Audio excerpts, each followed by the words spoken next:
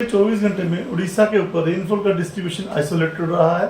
सबसे अधिक वर्षा जो गंजम के संखई मुंडी में 48 मिलीमीटर दर्ज की गई है। हाईएस्ट मैक्सिमम जो डे टेम्परेचर है वो बारीपदा का 44.8 डिग्री सेल्सियस दर्ज किया गया है। उसके बाद बात करें भुवनेश्वर का 41.3 और कटक का 42.5 डिग्री सेल्सियस तापमान दर्ज किया गया। उसके बाद severe heat wave to severe heat wave एक दो स्थान पर मयूरभंज और ढेंकानाल में ऑब्जर्व की गई है। उसके अलावा हीट वेव की कंडीशन भी ऑब्जर्व की गई, जिसमें अनुगुल, बालासोर, कटक, केओंझर, केंद्रपाड़ा, भद्रक, जाजपुर, गंजम और खुर्दा डिस्ट्रिक्ट शामिल है।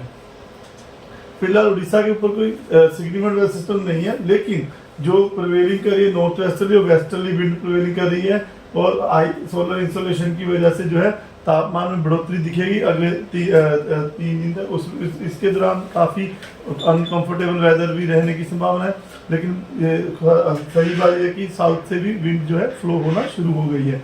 तो आते हैं अगर फोरकास्ट पे, तो डे 1 में यानी आज साउथ उड़ीसा के कुछ डिस्ट्रिक्ट है जिसमें मलकानगिरी, कोरापुट, नवरंगपुर, कालांडी, रायगढ़, कंधमाल, बोलांगी, नुआपाड़ा, गजपति, गंजम, नयागढ़, खुर्दा, पुरी, इनमें हल्की वर्षा होने की संभावना है।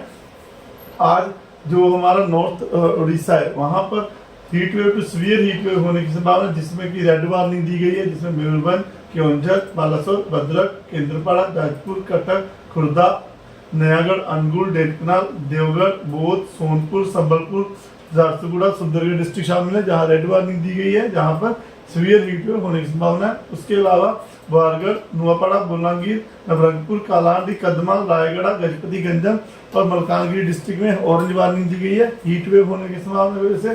कोरापुट और पुरी में हॉट एंड ह्यूमिड वेदर होने की संभावना है, जिसकी वजह से येलो वार्निंग दी गई है। तो 1 तारीख को फिर से जो है हमारे नॉर्थ उड़ीसा कुछ डिस्ट्रिक्ट है जहाँ पर रेड वार्निंग दी गई है और कुछ डिस्ट्रिक्ट जहाँ पे ऑरेंज कलर दिख रहा है वहाँ पे आपको ऑरेंज वार्निंग हीट वेव के लिए दी गई है। जिसमें रेड वार्निंग बात करें तो सुंदरगढ़, झारसुगुड़ा, केओंझर, मयूरभंज, बालासोर, भद्रक, जाजपुर, ढेंकानाल, अनुगुल, कटक, बौद्ध डिस्ट्रिक्ट शामिल है जहाँ पर सीवियर हीट वेव होने की संभावना है, जिसके लिए रेड वार्निंग दी गई है।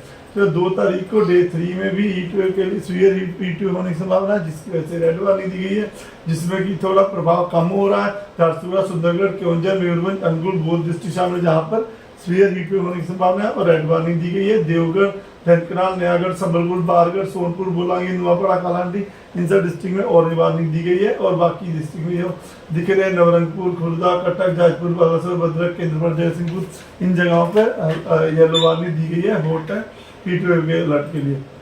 डे 3 से जो है थोड़ा प्रभाव कम होगा, इसलिए सीवियर हीट वेव नहीं है, सिर्फ हीट वेव के लिए ऑरेंज वार्निंग दी गई है और हीट वेव के लिए येलो वार्निंग दी गई है। 4th को भी जो हीट का प्रभाव कम होगा, जैसे कि मैंने कहा सॉदर्ली वेव फ्लो होना शुरू होगी, तो साउथ उड़ीसा में तो ज़्यादातर कोई वार्निंग नहीं रहेगी। कुछ डिस्ट्रिक्ट है कालांडी, बोलांगीर, सोनपुर, बौद्ध, नयागढ़, ये डिस्ट्रिक्ट है जहाँ येलो वार्निंग और बाकी जो नॉर्थ इंटीरियर उड़ीसा में ऑरेंज वार्निंग भी दी गई है।